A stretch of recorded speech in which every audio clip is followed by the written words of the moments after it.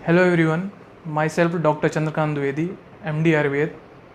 जैसा कि previous video में हमने आपसे प्रॉमिस किया था कि हम जिस आयुर्वेदिक काढ़े का निर्माण कर रहे हैं, जो कि एक इम्यून बूस्टर है, आपके रोग प्रतिरोधक क्षमता को बढ़ाता है, इसे आप अपने घर पर किस प्रकार निर्मित कर सकते हैं, इसकी संपूर्ण जानकारी आज के वीडियो में आपको प्रदान करने जा रहे हैं। मित्रों, इस आयुर्वेदिक काढ़े के निर्माण के लिए हमें रॉडक्स की आवश्यकता है। इन रॉडक्स, जैसा कि हमारे आयुर्वेद में वर्णित है, तो उसमें हमारे औषधियों की श्रेष्ठता की व्याख्या की गई है कि बहुकल्पम बहुगुणम संपन्नम योग्यम औषधम, अर्थात इन विशेषताओं से युक्त औषधियाँ ही औसत के क्षेत्र में लाभकारी होती हैं। अब हमें रॉडक्स परचेजिंग के लिए मार्केट में जाना है। मार्केट में हमें टोटल 11 प्रकार की आयुर्वेदिक औषधियों को मार्केट से लेना है। उसमें बासा, गिलोय, भारंगी, तुलसी, सौंठ, काली मिर्च, पिपली, दालचीनी, मुलेठी, भारंगी, इन 11 औषधियों का इस्तेमाल करना है। तो हमें यह भी देखना है कि अब काढ़े निर्माण के लिए कि इनका क्या अनुपात होना चाहिए।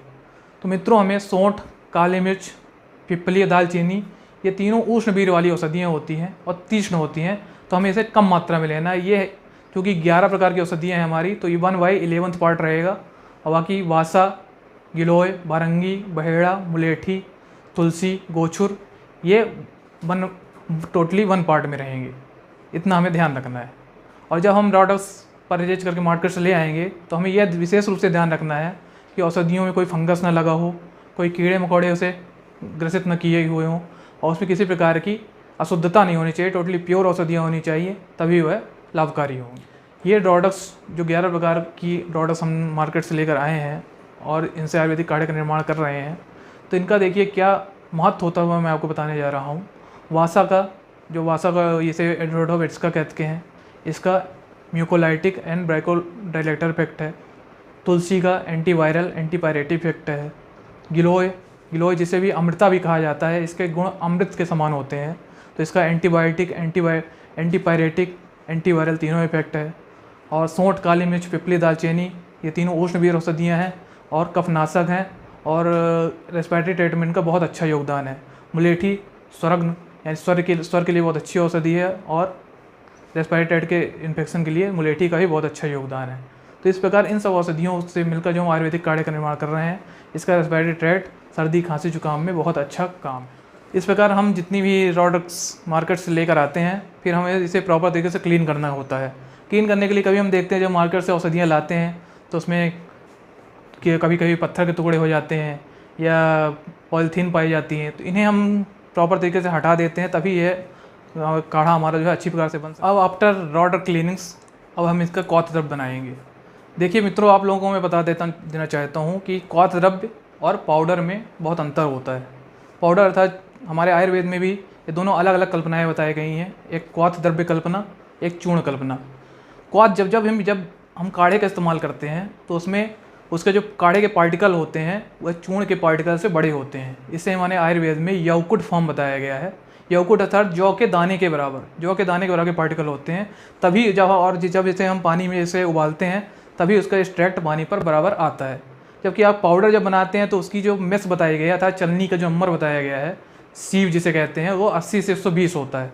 तो हमें यह विशेष रूप से ध्यान रखना है, क्वाथ द्रव्य जो होता है वह यौकुट फॉर्म में होता है, और जो पाउडर होता है वो बिल्कुल महीन फाइन पाउडर होता है। तो जब भी हम आरोग्य काढ़ा या आयुर्वेदिक काढ़े का निर्माण करेंगे, तो हमें काढ़े का पार्टिकल यौकुट फॉर्म में ही देखिए। हमें क्वाथ द्रव्य बनाने के लिए हमें जो हमने ड्रॉडक्स लिया था, उसको प्रॉपर हमने क्लीनिंग कर लिया, उसकी शॉर्टनिंग कर ली, उससे हानिकारक मटेरियल हमने बाहर निकाल लिया। अब हमें इसे पीसने का कार्य करना है। तो पीसने का कार्य करने के लिए मित्रों, देखिए जैसे हमने 11 प्रकार की रॉडक्स ली है, तो उसमें कुछ जो होते हैं हार्ड पार्टिकल रहते हैं, हार्ड औषधियाँ रहती हैं, कुछ जो होती हैं सॉफ्ट औषधियाँ रहती हैं। तो हमें इसमें पीसने के लिए, पाउडरिंग करने के लिए 2 प्रकार की मशीनों का इस्तेमाल किया गया है। तो पहला एक पल्वेराइजर मशीन होती है, और दूसरा मिक्सर ग्राइंडर होता है। तो मिक्सर ग्राइंडर, आपके घरों में मिक्सर ग्राइंडर होता है। मिक्सर ग्राइंडर में भी, चूँकि कम क्वांटिटी में अगर आपको काढ़े का निर्माण करना है, तो इसे आप मिक्सर ग्राइंडर में भी पीस सकते हैं। चूँकि हमें फार्मेसी में इसने बनाया है, तो हमें पल्वेराइजर मशीन की भी आवश्यकता पड़ी। तो पल्वेराइजर में जैसे वासा हो गया, गिलोय हो गया, और बहेड़ा हो गया, मुलेठी हो गया, थोड़े हार्ड होते हैं, जिसे हम पल्वेराइजर मशीन के थ्रू यौकुट फॉर्म में या क्वाथ द्रव्य के फॉर्म में पीस लेते हैं। और ज़्यादा सौंठ, काली मिर्च, पिपली, दालचीनी, ये थोड़े सॉफ्ट होते हैं, इसे हम मिक्सर ग्राइंडर की सहायता से पीस लेते हैं। आफ्टर पाउडरिंग ऑफ प्रोडक्ट्स, हमने जैसे पल्वेराइजर और मिक्सर ग्राइंडर में चूर्ण को पीस लिया। अब हमें इसे प्रॉपर तरीके से मिक्स करना है। जितनी भी प्रोडक्ट्स हमने बनाई है, प्रोडक्ट्स को पीसा है, उनको हमें प्रॉपर तरीके से मिक्स करना है, जिससे वे आपको जब हम क्लॉथ का निर्माण करते हैं तो सभी की बराबर इक्वली क्वांटिटी में उसका पूर्ण रूप से एसेंस आना चाहिए। अब देखिए, आफ्टर मिक्सिंग जब हमारी पूरी ड्रग प्रॉपरली मिक्स हो गई हैं तो हम इसे आपके घर में कोई प्लास्टिक का कंटेनर हो या स्टेनलेस स्टील का एयर टाइट कंटेनर, ये ध्यान रखिएगा आप लोग, इस चूर्ण को जब भी आप लोग रखेंगे क्लॉथ चूर्ण को, तो एयर टाइट कंटेनर पे ही रखेंगे, क्योंकि अगर इसमें एयर या मॉइस्ट आ गया तो इसमें फंगस लगने के चांस हो सकते हैं और वह प्रॉपर तरीके से आपका असर नहीं करेगा। तो आपके घर में जो एयर टाइट कंटेनर उसमें रख सकते हैं, या किसी आपको बाहर भेजना हो या किसी रिश्तेदारों को आपको चूर्ण का देना है, अपने किसी परिचित को चूर्ण को देना है, तो उसे 50 ग्राम या 100 ग्राम की पॉलीथीन बैग्स में सीलिंग मशीन के थ्रू आप इसे यूज कर सकते हैं। इस प्रकार मित्रों, देखिए आपका यह आयुर्वेदिक काढ़ा जो कि इम्यूनिटी बूस्टर है, यह तैयार है।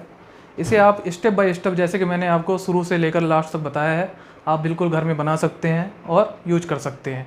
इसका देखिए बॉडी पर इम्यूनिटी बूस्टर ड्रग इसमें मिली हुई हैं, तो क्योंकि तो यह इम्यूनिटी पर प्रभाव तो करेगा ही। रेस्पिरेटरी ट्रैक्ट डिसऑर्डर, जितने भी सर्दी खांसी जुकाम, सब में फ़ायदा करता है।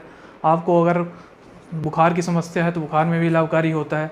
तो इसे आप घर में बनाकर आसानी से यूज कर सकते हैं और इस्तेमाल कर सकते हैं। अब इसे घर में किस प्रकार आपको पानी मिलाकर कैसे इसे यूज करना है, कैसे बनाना है, और तो आपको मैं इसको नेक्स्ट वीडियो में आपके साथ शेयर करूंगा और नेक्स्ट वीडियो में बताऊंगा। और आपको यह वीडियो आपको अच्छा लगा हो मित्रों, तो इसे आप लाइक सब्सक्राइब ज़रूर करिएगा। धन्यवाद।